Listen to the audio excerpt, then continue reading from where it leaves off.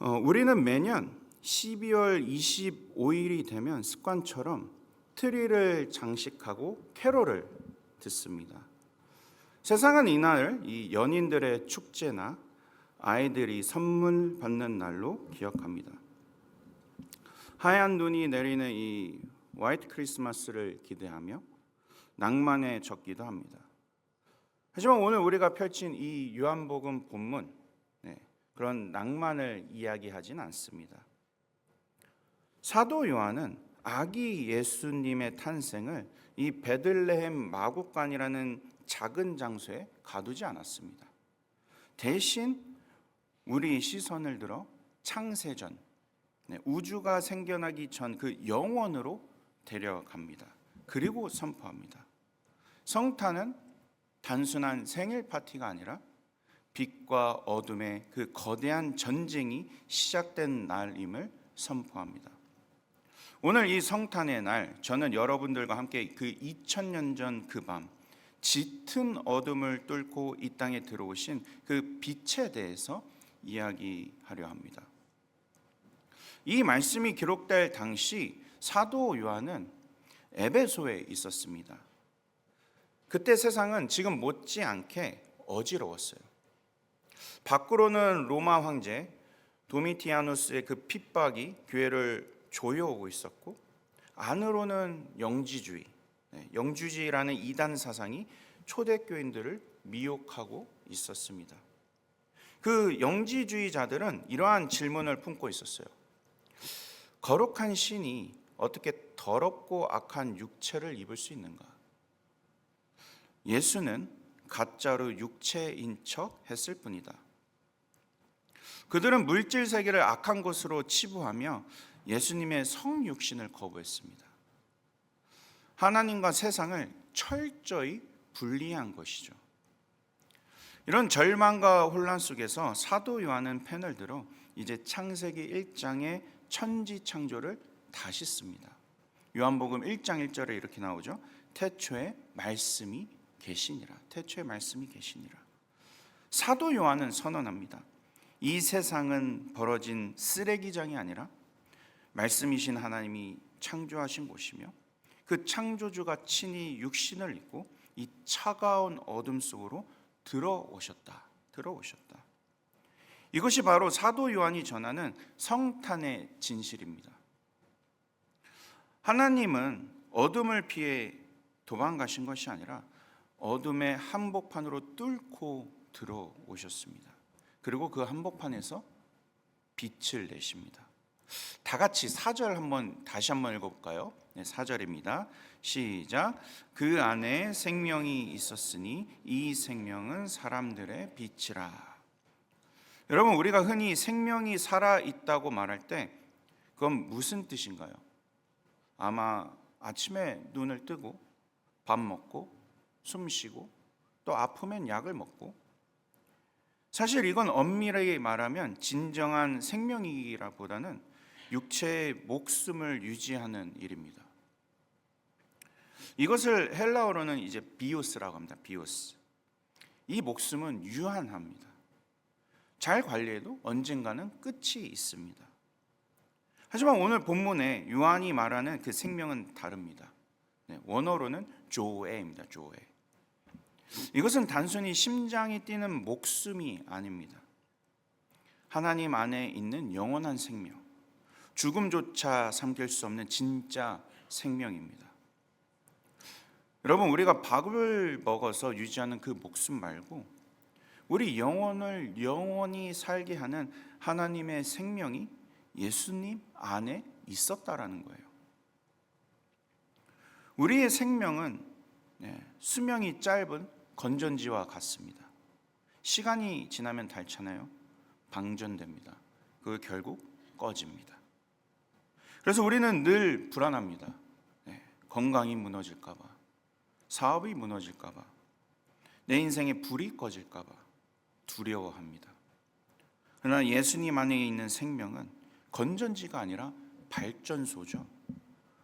그분은 생명을 공급받는 분이 아니라 생명을 나눠주시는 원천이세요.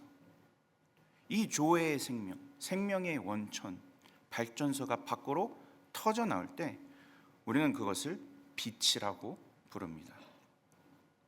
계획주의 신학자 칼빈은 이 빛이 인간에게 지성과 양심을 주었다라고 이야기하지만 더 깊이 들어가 보면요, 이것은 구원의 빛입니다. 죄로 인해 캄캄해진 우리의 영혼, 어디로 가야 할지 몰라 방황하는 인류에게 구원의 길을 비추는 유일한 서치라이트, 탑조등이 바로 예수 그리스도이십니다.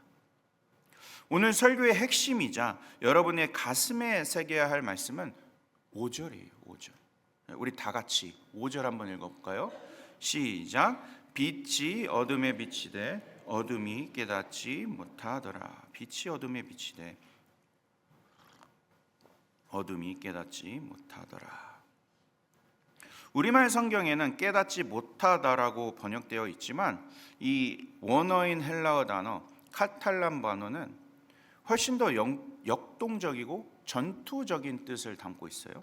이 단어는 제압하다, 움켜쥐다, 이기다, 영어로 하면 overcome이죠. 이 이기다라는 뜻이 있습니다. 그래서 NIV, ESV 같은 영어 성경을 보면 이렇게 번역되어 있어요. The light shines in the darkness has not overcome it. 빛이 어둠에 비치니 어둠이 그 빛을 이기지 못했다. 이것이 성탄의 진짜 의미입니다. 예수님이 이 땅에 오셨을 때 세상은 환영 인파로 가득 차 있지 않았어요. 오히려 어둠이 그분을 죽이려고 했죠. 헤롯 왕은 군대를 풀어서 아기들을 학살했고 종교 지도자들은 끊임없이 예수님을 공격했습니다. 마침내 십자가라는 가장 차가운 어둠으로 그 빛을 끌어내리려 했어요.